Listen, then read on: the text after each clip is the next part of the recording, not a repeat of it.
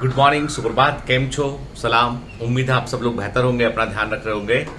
अच्छा, पहले तो ये बताओ कि आपके यहाँ पर रेनफॉल की कंडीशन है या नहीं है, कि मतलब पानी गिर रहा है, बारिश होगी ऐसा लग रहा है क्या यहाँ पर? क्योंकि मुंबई में जो है वो प्री मानसून शावर टाइप की कंडीशन बनी, लेकिन पानी गिरा नहीं अभी है। वो जो साइक्लोन आया था ना, तभी एक बार रेनफॉल हुआ था, उसके बाद अभी तो रेनफॉल नहीं हुआ है। और मुझे लगता है कि मतलब जो है, जब बारिश का मौसम आएगा तो वैसी कंडीशन में जो कोरोना के जो केसेस हैं वो डाउन जाना चाहिए, क्योंकि सरफेस साफ हो जाते हैं जनरली, है ना। हवा में भी जो है वो ट्रांसमिशन कम हो जाता है उसका, तो कम होना चाहिए। लेकिन ये जो ब्लैक फंगस का केसेस है, ये थोड़े नमी बढ़ने के कारण ये केसेस बढ़ जाएंगे यदि ध्यान नहीं रखा गया तो। और अभी भी मैंने देखा कि जो ब्लैक फंगस का ट्रीटमेंट करने के लिए जो दवा इस्तेमाल होती है वो है लाइपोसोमल एम्फोटेरिसिन बी। ठीक है, वो दवा बेहतर काम करती है, उसका कोई एलर्जिक रिएक्शन भी नहीं होता है। लेकिन प्लेन एम्फोटेरिसिन बी जो होती है उससे बहुत तेज ठंड लगती है पेशेंट को लगाने के बाद। तो कई जगह पर एम्फोटेरिसिन बी प्लेन इस्तेमाल कर रहे हैं, जिसके चलते पेशेंट्स को जो है वो एकदम जो है स्ट्रॉन्ग सीवरिंग भी हो रहा है, जो उस दवा का एक एडवर्स इफेक्ट है। तो जहां पे ऐसा ना कि जो लोगों को पता नहीं, लोगों लगता है एम्फोटेरिसिन बी मतलब एम्फोटेरिसिन बी, पर एक लाइपोसोमल एम्फोटेरिसिन बी अलग होता है और प्लेन एम्फोटेरिसिन बी अलग होता है, दोनों में थोड़ा फर्क होता है। ठीक है, मेडिकली पॉइंट ऑफ व्यू से देखें तो वही ना, लोग क्या करते हैं प्रचार प्रसार के लिए कि भैया हम वहां से ले आए, इतने की 300 रुपए की दवा मिली, वो तो इतनी महंगी मिल रही थी, हम 300 में ले आए दवाएं। एक्चुअली ऐसा होता नहीं। एक्चुअली क्या होता है, फॉर्मूलेज में थोड़ा सा डिफरेंस होता है। ठीक है, खैर ये तो मेडिकल की बात हो गई है। और अब एक बात मैंने अभी मैं महसूस कर रहा हूँ, देख रहा हूँ मैं, कि अभी हम लोगों का नीट 2022 का और 23 का हमारा नया बैच शुरू हुआ। ठीक है, उस नए बैच में हमने एक बात गौर की है जो हमने पहले कभी महसूस नहीं किया, जिस चीज को हमने लास्ट ईयर ऐसा नहीं था, उसके पहले भी कभी ऐसा नहीं था। वो ये महसूस किया हमने कि बच्चों के बेसिक्स जो है वो एकदम ही जो है वो कमजोर हो चुके हैं। क्यों कमजोर हो चुके हैं? उन्हें बच्चों की गलती नहीं है, बिल्कुल भी गलती बच्चों की नहीं है। ये कंडीशन जो बना वो उसके लिए रिस्पॉन्सिबल है, क्योंकि 11th से 12th में वो आ गए, मतलब 10th से 11th में आ गए, 11th से 12th में आ गए। यानी आप समझ लीजिए कि जब ये, जैसे हम बात करें कि जब मार्च 2020 में जो है वो आपका कोविड का पीरियड था, तो कई ऐसे स्टेट थे, कई ऐसे बच्चे थे जहाँ पे एग्जाम नहीं हो पाया 10th बोर्ड का, तो वो सीधा सीधा क्या हुआ, वो 10th से 11th में आ गए 2020 में। 2021 में क्या हुआ कि वो आ गए 11th से 12th में आ गए। ठीक है, तो 10th से 11th में आए, वहां पे स्कूल नहीं लगे, क्लासेस नहीं लगी, टीचर्स का, स्कूल के टीचर भाई कुछ तो पढ़ाते हैं, कुछ बेसिक बताते हैं, स्कूल जाता है आदमी थोड़ा मोटिवेटेड होता है, आपस में बच्चे कॉम्पीट करते हैं, मतलब बहुत चीजें होती है स्कूल के अंदर। मतलब ये 2 साल जो स्कूलिंग का जो कम हुआ है ना, इसका बहुत गहरा प्रभाव पड़ेगा आगे भी, क्योंकि जो ऑनलाइन जो क्लासेस है ना, जो मैं अपने बच्चों की भी क्लास देता हूँ ऑनलाइन स्कूल की जो होती है, मतलब somehow I don't find that कि वो बहुत इफेक्टिव है। मतलब मैं देखो, मैं खुद ऑनलाइन इंस्टीट्यूट जो है वो है मेरा, लेकिन तब भी मैं बोलता हूँ कि जो ऑफलाइन जो स्कूल जो लगता था ना, उसका अपना एक सिग्निफिकेंस था कॉन्सेप्ट बिल्डिंग के लिए। वो भी मैं कहता हूँ कि जहां पर जो ऑफलाइन क्लासेस, जिन बच्चों को बहुत ज्यादा, जिनको जो है वो समझने में दिक्कत होती है, तो offline classes are not bad, बुरे नहीं है उनके, बशर्ते कि 200-300 लोगों की भीड़ में आप जो है वो वहां पर पूछ ना पाए, ऐसी कंडीशन ना बने। अदरवाइज ऑफलाइन क्लासेस जो है वो, उनको हम ये बोलेंगे कि एज दे आर, मतलब बेटर ही बोलूंगा मैं तो उसको। Online is a good medium, evolving medium है, जहां पर कि हम जो है वो कम खर्चे में अच्छा सारा पढ़ सकते हैं, एक बढ़िया क्वालिटी का टीचर हजारों बच्चों तक पहुंच सकता है। ये एडवांटेज है ऑनलाइन क्लासेस का।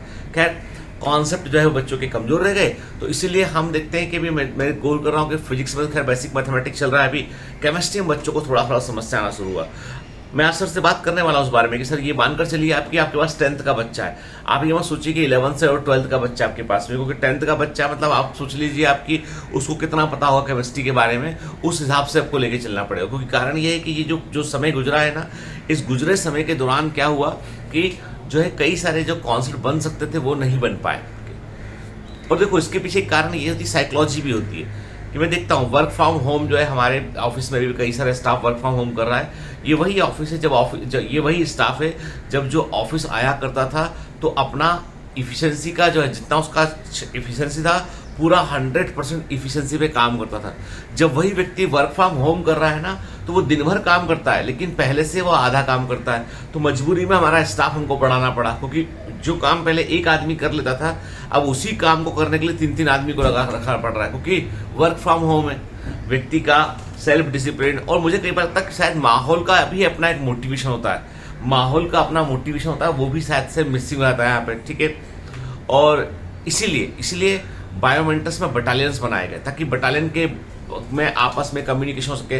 बायोमेंटस में इसलिए ओपन ग्रुप चैट रखा गया कि हर स्टेट का, मान लो आप महाराष्ट्र के हैं तो महाराष्ट्र के ग्रुप में ज्वाइन हो जाइए आपके, आप केरला के हैं तो केरल के ग्रुप में ज्वाइन हो जाइए आपके, आप जो है वो बिहार के हैं तो बिहार ग्रुप का हिस्सा बन जाइए। ओपन चैट सिस्टम है, यानी बायोमेंटस का अपना एक सोशल प्लेटफॉर्म काफी बड़ा है।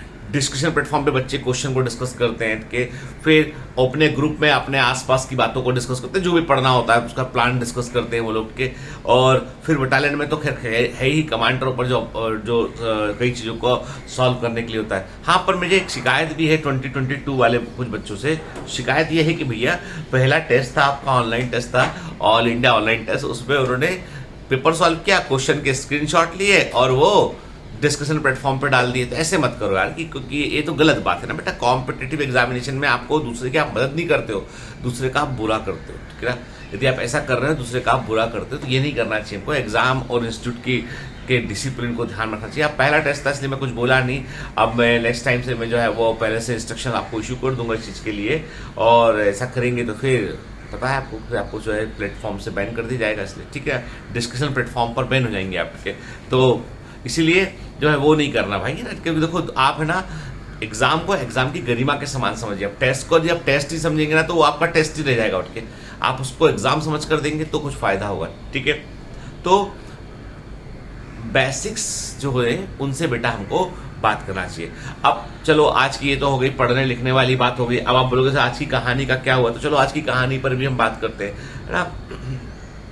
आपको बता दूं मैं कि हम में से कई सारे लोग जो होते हैं वो इस बात को लेकर बड़े दुखी रहते हैं कि हमारे को क्या मिला। मतलब हमारे जो जैसे कोई हो सकता है किसी परिवार में कि पिता बहुत अधिक परवाह ना करते हो, खूब स्मोकिंग करते हो, ड्रिंक करते हो, परिवार का उतना ध्यान ना रखते हो। भाई हो सकता है, बहुत तरह के लोग होते हैं भाई, है ना। जो है ग्रेट डाइवर्सिटी होती है लोगों के बीच में, तो सब तरह का माहौल होता है। और कई लोग ऐसे होते हैं जो केयरलेस होते हैं, जिनको जो है वो ज्यादा मतलब नहीं होता है। या कई बार ऐसा होता है कि परिवार में एक लड़का है एक लड़की है, तो लड़की को ज्यादा प्रिविलेज मिलता है, लड़की को नहीं मिलता है। कि काम करने को बोलते हैं भाई तुम घर का काम करो, ठीक है। कुछ काम होगा तो भैया आवाज लगा दी कि सुनीता आओ काम करो, ठीक है ना, पूजा आओ काम करो, लेकिन वो लड़की को आवाज नहीं लगाई। तो कहीं लगे ऐसा भी होता है। खैर वॉट एवर दी कंडीशंस के हमको हमेशा कई बार हमको लगता है कि हम उन कंडीशंस को कह के उससे प्रभावित होकर अपना आगे का फ्यूचर भी अफेक्ट कर लेते हैं, जो हमें नहीं करना चाहिए। आपको एक कहानी बताता हूँ, एक अच्छी स्टोरी है, जो है एक बढ़िया स्टोरी है। ये अपना यू कैन विन में दे रखी है, शिव खेड़ा की बुक है, जीत आपकी में। जब मैं जब टोरंटो में था तो मैंने 2 भाइयों की कहानी सुनी। ये लिख रहे हैं शिव खेड़ा अपनी बुक में। उनमें से एक नशीली दवाओं का आदी था और अपने परिवार के लोगों को अक्सर पीटा करता था, जबकि दूसरा काफी सफल बिजनेसमैन था। वह समाज में सम्मानित था, उसका एक अच्छा परिवार था। एक ही माँ बाप द्वारा पाले गए, एक ही माहौल में पले बड़े 2 भाई एक दूसरे से इतने अलग कैसे हो गए। पहले भाई से पूछा गया कि आप यह सब क्यों करते हैं? आप नशीली दवाओं के आदी हैं, शराबी हैं, अपने परिवार के लोगों को पीटते हैं। आपको यह सब करने की प्रेरणा कहाँ से मिलती है? उसने जवाब दिया, मेरे पिता से। मेरे पिता नशीली दवाओं के आदी थे, शराबी थे, अपने परिवार के लोगों को पीटा करते थे। फिर आप मुझसे क्या बनने की उम्मीद करते हैं? उन्हीं वजह से मैं ऐसा बन गया हूं। क्या बोला वो? कि मेरे पिता के कारण, मेरे पिता ऐसे थे इसलिए मैं ऐसा हूं, ठीक है। दूसरे भाई से पूछा गया, आप सारे सही काम क्यों करते हैं? आपकी प्रेरणा का स्रोत क्या है? और जरा सोचिए उसने क्या कहा, जब मैं छोटा था तो अपने पिताजी को मैं शराब के नशे में धुत और सारे गलत काम करते हुए देखा करता था। मैंने उसी समय सोच लिया था कि मुझे उनके जैसा नहीं बनना है। दोनों भाई एक ही स्रोत से प्रेरणा हासिल कर रहे थे। सुनिएगा, दोनों भाई एक ही स्रोत से प्रेरणा हासिल कर रहे थे, लेकिन एक उसका इस्तेमाल सही ढंग से और दूसरा गलत ढंग से कर रहा था। गलत ढंग की प्रेरणा इंसान को आसान रास्ता अपनाने की इच्छा पैदा करती है, लेकिन अंत में वही रास्ता सबसे मुश्किल हो जाता है। कहने का मतलब ये है कि दोनों भाई की बात करें, दोनों भाई जो है वो उनके पिता एक ही थे, ठीक है, सेम टाइप का व्यवहार करते थे, पर एक सफल बिजनेसमैन बना और एक उनके जैसा ही बन गया।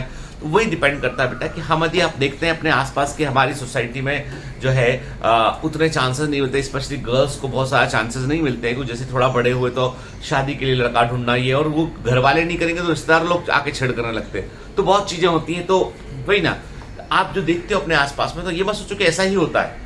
आप ये सोचो कि इसको बदलने का तरीका क्या हो सकता है, कैसे इसको हम ठीक दुरुस्त कर सकते हैं। प्रेरणाएं वही रहेंगी, पर हम जो उससे सीख रहे हैं, जो हमने जज्बा डेवलप किया है, जो अपने अंदर जो जज्बा लेके आए, जो हम अपने लिए कुछ बदलने की ताकत अंदर हमने पैदा की है, वो किस दिशा में, इसका बड़ा फर्क पड़ता है। ठीक है बेटा, तो वही बात, अच्छे से पढ़ाई कीजिए, जमकर मेहनत कीजिए और कोरोना से बचकर रहिए। ठीक है, बाहर जब भी निकलिए, बहुत जरूरी काम हो, मास्क लगाइए, बार बार हैंड सैनिटाइज कीजिए, घर वालों को भी बोलिए। घर वाले बोलेंगे कि अरे कोरोना खत्म हो गया, उनको बोलो नहीं भैया तुम हमारे कारण धो लो, हमारे हम बोल रहे हैं इसलिए धो लो हाथ। ठीक है, तो कुछ चीजें ऐसी होती है बेटा जो करते रहना है हमको, ठीक है, ताकि हम जो है वो आगे और ना फंसे इसमें। क्योंकि मैं देख रहा हूँ कि एकेडमिक ईयर्स जो आगे बढ़े हैं ना, ये बच्चों को लगता है कि बहुत फायदा होगा कि चलो एग्जाम दिए वगैरह, 10th से 11th में आ गए, 11th से 12th में आ गए, 12th से भी पास हो गए, ठीक है, लेकिन ये बहुत बड़ा नुकसान है अंदर अंदर सिस्टम में। ठीक है, ये जो है ना, ये आपके अंदर ज्यादा असंतोष पैदा करेगा इसके। इसीलिए अभी अपने आप को जहां प्रूव करने का मौका है, वहां के लिए बेटा मेहनत कीजिए। ठीक है, मैं बिल्कुल कहता हूं मैं कि सरकार ने के पास कोई दूसरा चारा था ही नहीं इसके अलावा। ठीक है, लेकिन वही वाली बात है बेटा कि अब जो हो गया सो हो गया, अब आगे हमको कैसे अपने लाइफ को प्लान करना है, ये चीज सोच लीजिए। आपके आपके कॉलेज हैं, आपके कॉम्पिटिटिव एग्जामिनेशन है, जो भी है ना, उनको प्रॉपरली प्लान कीजिए बेटा। ठीक है ना, have a great day, all the best.